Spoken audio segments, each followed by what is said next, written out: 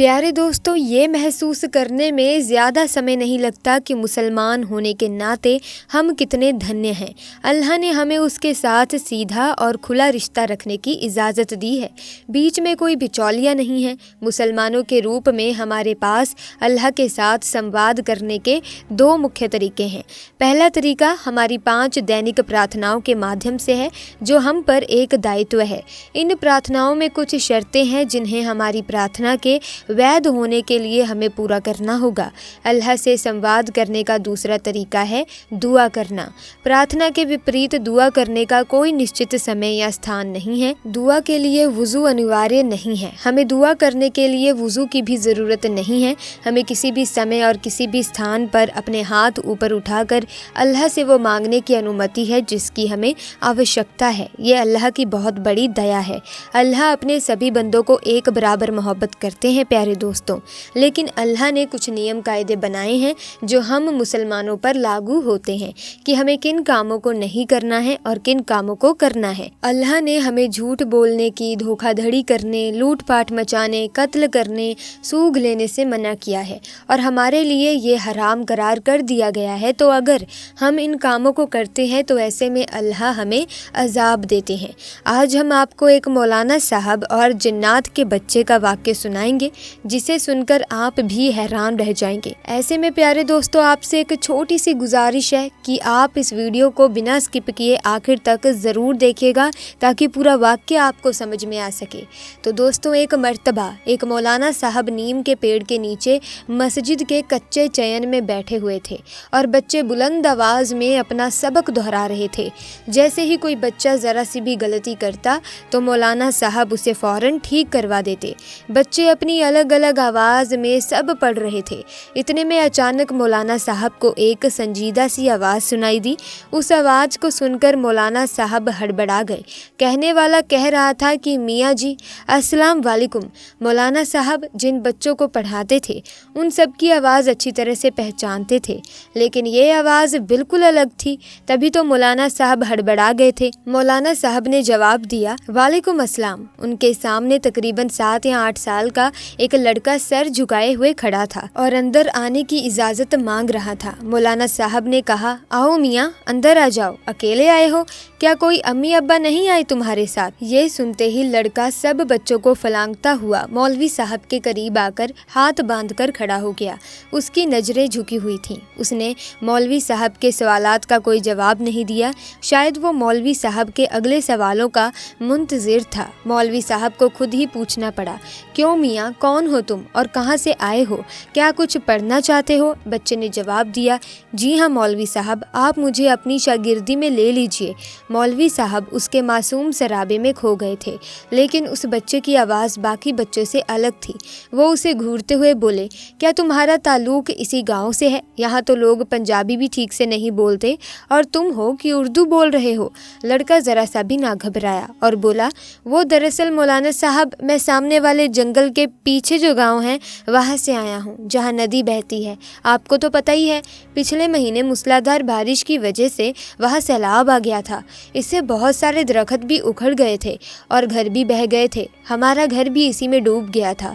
इसी तरह मैं अपने वालिद से बिछड़ गया और अब मैं चाहता हूँ कि मैं आपके पास रहूँ, क्योंकि इस गाँव के तमाम बच्चे आपसे फैज़याज़ होते हैं।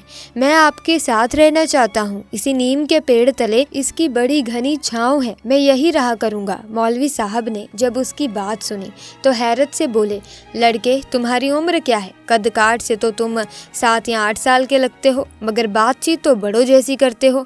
बच्चे ने कहा, मैं 13 साल का हूँ। बीमारी की वजह से मेरा कद छोटा रह गया। उसकी ये बात सुनकर तमाम बच्चे खिलखिलाकर हंसने लगे। मौलवी साहब ने वहीं बैठे बैठे एक तो बच्चों को छड़ी टिका दी और फिर लड़के से कहने लगे, अच्छा पुत्र, तुम आज से खुद को हमारी शागिर्दी में समझो, और हाँ, तुम्हारा नाम क्या है? बच्चे ने कहा, जी मेरा नाम मिराजुद्दीन वल सिराजुद्दीन है। उसकी उर्दू पर देहाती बच्चे फिर से ही करने लगे। तो अब मौलवी साहब भी हंस पड़े। उन्होंने सब बच्चों को छुट्टी दे दी और कहा कि अगर कहीं कोई अच्छा सलाह मिल जाए तो उसे अलग कटोरी में डाल लेना मेरे वास्ते। नया लड़का ये बात सुन रहा था। वो जल्दी से बोला, मौलवी साहब, आज मैं आपके लिए खाना लाऊंगा। मेरी बहन इससे अगले गांव में रहती है और बड़ा अच्छा खाना बनाती है। ये सुनते ही मौलाना जी के मुंह में तो पानी आ गया। फिर भी दिखावा करते हुए बोले, तुम कहाँ इतनी रात को अगले गांव में जाओगे? आज वैसे भी चौधरी जी के यहाँ से अच्छा खाना आ जाएगा, जुम्मेरात है ना, इसीलिए। इसके बाद उसने बच्चे को एक बड़े से हुजरे में जहाँ बाकी सारी तलबा रहते थे वहाँ पहुँचा दिया गया और वो सबके साथ खजूर के चटाई पर सो गया। इस तरह से वो लड़का, जिसका नाम मिराजुद्दीन वल सिराजुद्दीन था, वो मौलवी साहब का बाकायदा शागिर्द बन गया। उसका हाफिजा बड़ा अच्छा था। उसने 1 हफ्ते ही में बगदादी कायदा मुकम्मल कर लिया और सिर्फ 3 महीने में कुरान पाक पूरा कर लिया और अब उसे हिफाज भी करने लगा। मौलवी साहब तो बस हैरान थे कि आज तक हज़ारों शागिर्दों को पढ़ा चुके थे, मगर ऐसा हाफिजा, ऐसी रवानी कभी देखने सुनने में नहीं आई थी। जब भी उसका सबक सुनते तो कुछ गड़बड़ा से जाते कि ये लड़का इंसान भी है या कोई और मखलूक। मौलवी साहब ऐसा सोचते ज़रूर थे, मगर अपना ये ख्याल कभी जाहिर नहीं होने दिया था। वो सोचते थे कि इतना अच्छा बच्चा है, कहीं नाराज़ होकर भाग ही न जाए। वो बच्चा तो आप हाफिज़े कुरान भी बन चुका था, मगर मौलवी साहब को अब उससे प्यार हो गया था, इसीलिए उसे अपना बेटा बना लिया। मौलवी साहब ने उम्र भर शादी नहीं की थी। एक रात मौलवी साहब किसी का निकाह पढ़ा कर लौटे थे तो ज़्यादा तेल मसाले वाला खाना खाने की वजह से उनके पेट में तकलीफ़ महसूस हुई।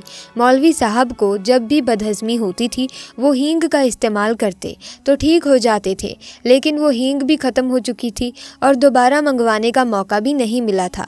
सारे लड़के सो चुके थे, मगर मिराजुद्दीन जाग रहा था और इबादत इलाही में मशगूल था। मौलवी साहब पेट के दर्द से कराह रहे थे और एक कोई है जो मुझे कहीं से ज़रा सी हींग ला दे। मिराजुद्दीन ने सोचा, उस्ताद साहब तो तकलीफ़ में है, उनकी बर वक्त मदद ना की गई तो शायद अल्लाह पाक मेरी इबादत ही ना कबूल फरमाए। सारे शागिर्द सो रहे थे, इतनी रात में कौन अपनी नींद खराब करे, मगर मिराजुद्दीन हमेशा की तरह अपने उस्ताद की खिदमत के लिए तैयार। जानामाज लपेट कर तख्त पर रख दी और मौलवी साहब के पास जाकर खड़ा हो गया। मौलवी जी, मैं आपको हींग ला दूं? मुझे पता है हींग कहाँ से मिलती है। मौलवी साहब ने कहा, तुम कहाँ से लाओगे? इतने ज़रा से तो हो, क्या तुम्हें अंधेरे से डर नहीं लगता? रात इतनी है, सर्दी भी बहुत ज़्यादा है। मिराजुद्दीन ने कहा, मैं तो अपने सारे काम जब चाहूँ कर लेता हूँ और मुझे अंधेरे से कोई डर नहीं लगता। ये सुनकर मौलवी साहब पर हैरत के पहाड़ टूट पड़े, क्योंकि रात का दूसरा पहर था और ये नन्हा सा लड़का बाहर जाने को तैयार था। मौलवी साहब ने कहा, अच्छा, अगर तुम बसीद हो तो जाओ ले आओ, लेकिन ज़्यादा दूर मत जाना। उस नुक्कड़ वाले बनिए से कहो ज़रा सा हींग दे दे, मौलाना साहब ने मंगाया है। वो लड़का तो जैसे इजाज़त का ही इंतज़ार कर रहा था। वो तेज़ी से बाहर चला गया। उसके बाहर निकलते ही ऐसा लगा जैसे अचानक तेज़ हवाएं चलना शुरू हो गई हों और बारिश हो रही हो। मौलवी साहब का दिल दहल कर रह गया, क्योंकि कमरे में रोशन मिट्टी का दिया भी हवा के झोंके से टिमटिमा कर बुझ गया था। मौलवी साहब दिल ही दिल में पाशीमान हुए कि बिन माँ बाप के बच्चे को रात के वक्त बाहर क्यों भेज दिया गया। अगर उसे कुछ हो गया तो इसके आगे वो कुछ भी न सोच सके, क्योंकि अचानक से दरवाज़ा खुला और मिराजुद्दीन वापस आ गया था। हैरत की बात तो ये थी कि बाहर कोई तेज़ हवा का नामो निशान तक न रहा। हर चीज़ अपनी जगह पर थी। मौलवी साहब का तो दर्द उसी वक्त ख़त्म हो गया जब उन्होंने देखा कि मिराजुद्दीन के कपड़े तो बिल्कुल सूखे हैं। हालांकि ना उसके पास कोई छाता था, ना उसने बरसाती ओढ़ी हुई थी, और वापस भी चंद मिनटों में ही आ गया। और सबसे बढ़कर ये बात थी कि उसके हाथ में हींग तक नहीं थी। मौलवी साहब ने अपनी हैरत छुपाते हुए पूछा, क्यों बेटा, ले आए हींग? उसने कहा, जी मियाँ जी, ले आया हूँ। मौलवी साहब ने कहा, तो फिर देते क्यों नहीं? लाओ मुझे दो। मिराजुद्दीन ने कहा, वो मैंने बाहर सहन में लाकर रख दी है, आप मेरे साथ बाहर चलकर देख लो, जितनी चाहिए ले लो। मौलवी साहब को तो गुस्सा आ गया। अच्छा, कि अब मैं बाहर सहन में जाऊँ, खुद हींग उठा कर लाऊं? जब उस दुकानदार से घर तक तुम हींग लेकर आ सकते हो तो मेरे हाथ में पकड़ाने में भला क्या परेशानी है? बच्चे ने कहा, आप आइए तो सही मौलवी साहब। वो उन्हें बाजू से पकड़कर सहन में ले गया। मौलाना साहब की तो आंखें फटी की फटी रह गई, क्योंकि सहन हींग की बोरियों से भरा पड़ा था। शायद मनों के हिसाब से हींग लाकर उस्ताद की खिदमत में हाजिर कर दी गई थी। उन्होंने एक नज़र हींग के अंबार को देखा और फिर मिराजुद्दीन के चेहरे की जानिब देखा तो उसका सर हस्बे मामूल उस्ताद के सामने झुका हुआ था। मौलवी साहब ने कहा, इधर आओ, मेरे करीब आओ, ज़रा मेरी तरफ आँख उठाकर देखो। उन्हें पहली बार उस पर बहुत गुस्सा आ रहा था। उनके पेट का दर्द तो रफू चक्कर हो चुका था। उन्होंने उसे कंधों से पकड़कर झंझोल डाला और उसकी आंखों में आंखें डालते हुए बोले, सच सच बताओ, तुम कौन हो? क्या तुम्हारा ताल्लुक जन्नात से है? बच्चे ने कहा, जी मियाँ जी, आपका ख्याल दुरुस्त है, मैं वाकई में एक जिन ज़्यादा हूँ। उसका सर उस्ताद के कदमों पर था और वो ज़ारो कता रो रहा था और बार बार माफ़ी की दरख्वास्त कर रहा था। मौलवी साहब ने प्यार से उसका सर अपने कदमों से उठाया और उसे गले से लगा लिया। उसने बताया कि इसी नीम के पेड़ पर, जिसके नीचे सारे बच्चे बैठकर कुरान पाक पढ़ते हैं, यही मेरा बसेरा है। मैं रोज़ाना कुरान पाक की तिलावत सुना करता था। तब मेरा भी दिल चाहा कि मैं आपकी शागिर्दी में आ जाऊं। मौलवी साहब, जो बगैर उसकी बात सुन रहे थे, अचानक जैसे होश में आ गए और कहा, अच्छा तो अब तुम्हारा मकसद पूरा हो चुका है ना? तुम कुरान पाक के हाफिज़ भी बन चुके हो ना? बेशक तुमने आज तक मुझे शिकायत का कोई मौका नहीं दिया, लेकिन मुझे खादशा है कि अगर किसी दिन तुम्हें किसी बात पर गुस्सा आ गया और अनजाने में तुमने अपनी ताकत का मुशायरा कर दिया, तब क्या होगा? बेहतर है कि तुम छुट्टी करो, अपनी दुनिया में लौट जाओ, और अगर तुमने मेरी बात ना मानी तो मैं तुम्हें बोतल में बंद करके ज़मीन में दबा दूंगा, समझे तुम? मौलाना जी की डांट सुनकर तो बाकायदा हिचकियाँ लेकर रोने लगा और बोला, जिस उस्ताद साहब ने उसे इल्म सिखाया हो, वो उनकी जी भर के खिदमत भी ना कर सका। इस बात के लिए वो ज़िंदगी भर शर्मसार रहेगा। मौलवी साहब ने उसे तसल्ली दी और कहा, उन्होंने अपना हक उस पर माफ़ कर दिया, इसीलिए अब वो सीधा अपनी दुनिया में लौट जाए। मिराजुद्दीन मौलवी साहब को अल्लाह हाफिज़ कहकर किसी नन्हे से बच्चे की तरह दरवाज़ा खोलकर कोठरी से बाहर चला गया। मौलवी साहब को उसकी आंसू भरी आंखें रात भर रुलाती रही। मौलवी साहब की हिदायत पर हमेशा के लिए लौट जाने से पहले उसने हींग भी वापस गोदाम में पहुंचा दी। इस बात को काफ़ी साल बीत गए और मौलवी साहब समेत सब लोग उसे भूल गए, क्योंकि वो जिनजादा दोबारा कभी लौट कर ना आया। मौलवी साहब का तवीज़ गंदे के भी माहिर थे। अक्सर गाँव की नौजवान लड़कियों पर जब कभी हिस्टीरिया का दौरा वगैरह पड़ता और माँ बाप उसे जिन भूत की कारस्तानी समझते, तो वो मौलाना साहब के पास आते और वो लड़की फिर से ठीक हो जाया करती थी। एक मर्तबा एक लड़की को मौलवी साहब के पास लाया गया। वो बिना पानी के मछली की तरह तड़प रही थी और बार बार सरजमीन पर पटक रही थी। उसकी आंखें अंगारों की तरह लाल हो रही थी, बाल बिखरे हुए थे। मौलवी साहब को वो लड़की बाकी लड़कियों से अलग नजर आई। उन्होंने उस पर कुछ पढ़कर फूंका और अपना अमल जारी रखा। मौलवी साहब कुछ देर तक पढ़ते रहे और देर तक पढ़ते रहे और फिर अचानक चीख पड़े, मिराजुद्दीन, तुम तो अपनी दुनिया में वापस चले गए थे ना? क्या तुमने अपना वादा भुला दिया और ये भी भूल गए कि उस्ताद की नाफरमानी कितना बड़ा गुनाह है? तुम मुसलमान जिन हो, इबादत गुजार हो, फिर तुम इस लड़की को क्यों परेशान कर रहे हो? अब तो मैं यकीनन तुम्हें इसकी सख्त सज़ा दूंगा।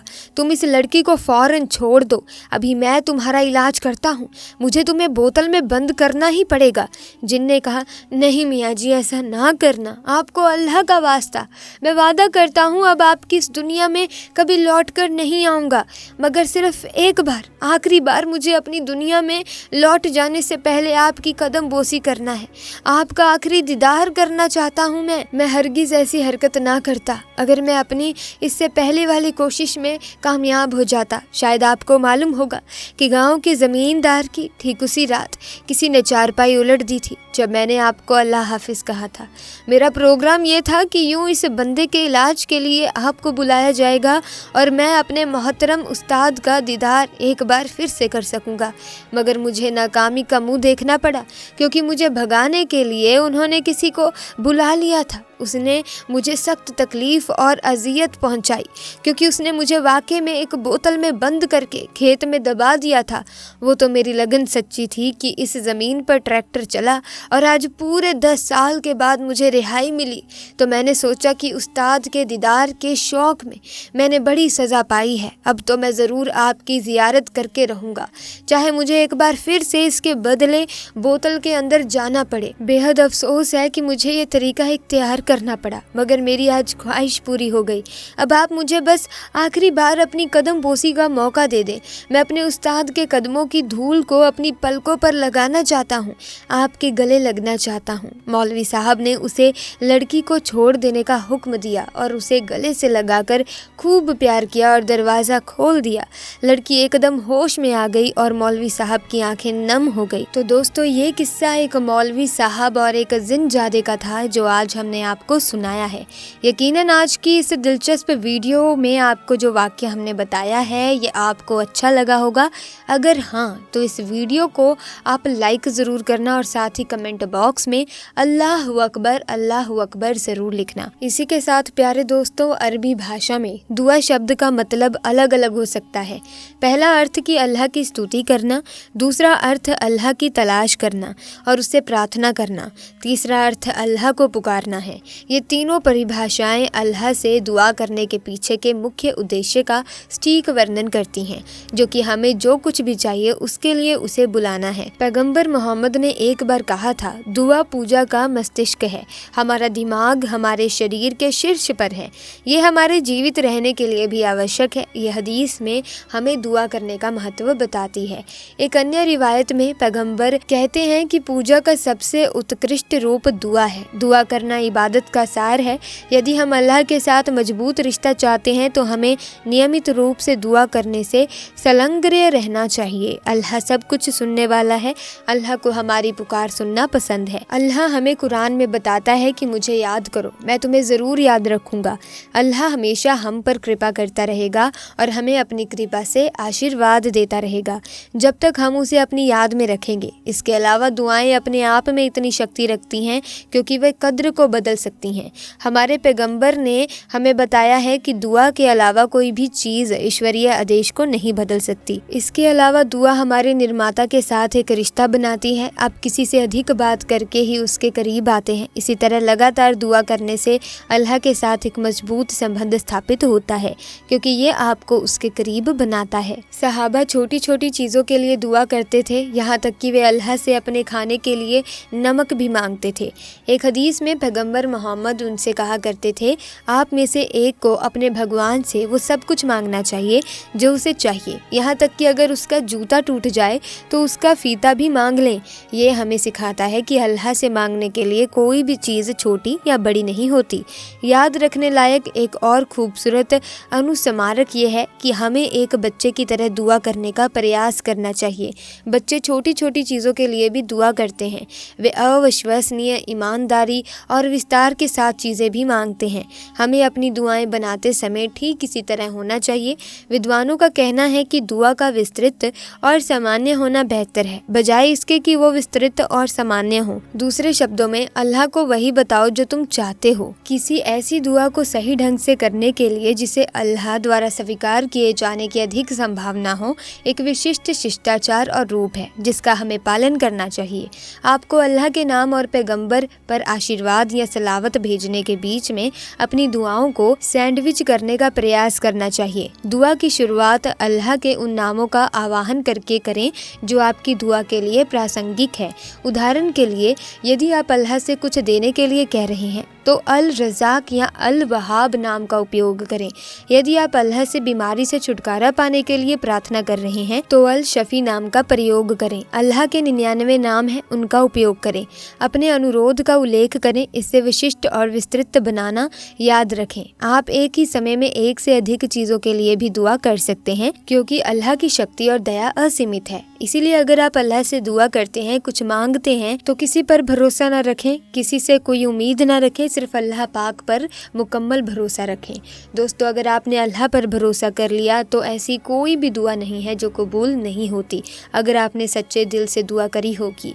ऐसे में दोस्तों, आज की वीडियो में बस इतना ही। वीडियो में बताया गया वाक्य अच्छा लगा तो वीडियो को लाइक करें, शेयर करें और चैनल को सब्सक्राइब करके बेल आइकन को प्रेस करें ताकि आने वाली नई वीडियोस की अपडेट आपको मिलती रहे। खुदा हाफिज़।